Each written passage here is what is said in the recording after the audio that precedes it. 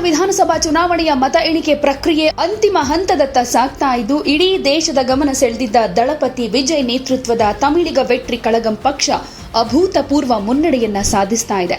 ಆರಂಭಿಕ ಹಂತದಿಂದಲೇ ಮುನ್ನಡೆ ಕಾಯ್ದುಕೊಂಡಿದ್ದ ವಿಜಯ್ ಅವರ ಪಕ್ಷ ಈಗ 100ಕ್ಕೂ ಹೆಚ್ಚು ಕ್ಷೇತ್ರಗಳಲ್ಲಿ ಮುನ್ನಡೆ ಸಾಧಿಸುವ ಮೂಲಕ ಸೆಂಚುರಿ ಬಾರಿಸಿದೆ.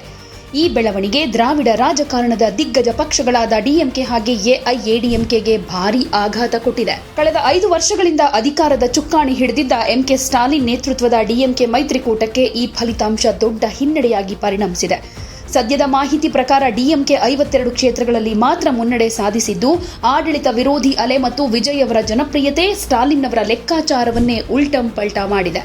ಪ್ರಬಲ ಸಂಘಟನೆ ಹೊಂದಿದ್ರೂ ಕೂಡ ಯುವ ಮತದಾರರು ಹಾಗೆ ಮಹಿಳಾ ಮತದಾರರು ಟಿವಿಕೆ ಕೈ ಹಿಡಿದಿರೋದು ಡಿಎಂಕೆ ನಾಯಕರ ಮುಖಭಂಗಕ್ಕೆ ಕಾರಣ ಆಗಿದೆ. ಇನ್ನೊಂದು ಕಡೆ ರಾಜ್ಯದ ಮತ್ತೊಂದು ಪ್ರಬಲ ವಿರೋಧ ಪಕ್ಷವಾದ ಎಐಎಡಿಎಂಕೆ ಕೇವಲ 42 ಕ್ಷೇತ್ರಗಳಲ್ಲಿ ಮುನ್ನಡೆ ಸಾಧಿಸಿ 3ನೇ ಸ್ಥಾನಕ್ಕೆ ತಳ್ಳಲ್ಪಟ್ಟಿದೆ. ಎಡಪ್ಪಾಡಿ ಪಳನಿಸ್ವಾಮಿ ಅವರ ನೇತೃತ್ವದ ಅಬ್ಬರದ ಪ್ರಚಾರ ಇದ್ರೂ ವಿಜಯ್ ಅವರ ಹೊಸ ರಾಜಕೀಯ ಅಲೆ ಮುಂದೆ ಎಐಎಡಿಎಂಕೆಯ ಸಾಂಪ್ರದಾಯಿಕ ಮತ ಬ್ಯಾಂಕ್ ಛಿದ್ರವಾಗಿದೆ.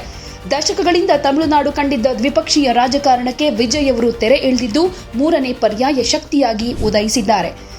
ಸಿನಿಮಾ ರಂಗದಲ್ಲಿ ಅಪಾರ ಅಭಿಮಾನಿ ಬಳಗ ಹೊಂದಿರೋ ವಿಜಯ್ ರಾಜಕೀಯಕ್ಕೆ ಎಂಟ್ರಿ ಕೊಟ್ಟ ಮೇಲೆ ಚುನಾವಣೆಯಲ್ಲೇ ಈ ಮಟ್ಟದ ಯಶಸ್ಸು ಗಳಿಸಿರೋದು ರಾಜಕೀಯ ವಿಶ್ಲೇಷಕರನ್ನು ಕೂಡ ಅಚ್ಚರಿಗೊಳಿಸಿದೆ.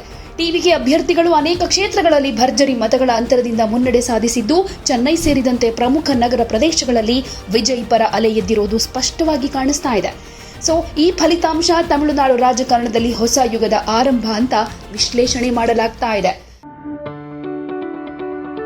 ಯಾವುದೇ ಸುದ್ದಿಯ ಅಪ್ಡೇಟ್ ಅನ್ನ ಮಿಸ್ ಮಾಡ್ಕೊಳ್ಬಾರ್ದು ಅಂದ್ರೆ ಈಗ್ಲೇ ಒನ್ ಇಂಡಿಯಾವನ್ನ ಸಬ್ಸ್ಕ್ರೈಬ್ ಮಾಡಿ. ನಿಮಗೆ ಬೇಕಾದ ಭಾಷೆಯಲ್ಲಿ ಎಲ್ಲಾ ಸುದ್ದಿ ತಿಳಿಬೇಕು ಅಂದ್ರೆ ಒನ್ ಇಂಡಿಯಾ ಆಪ್ ಅನ್ನ ಡೌನ್ಲೋಡ್ ಮಾಡ್ಕೊಳ್ಳಿ.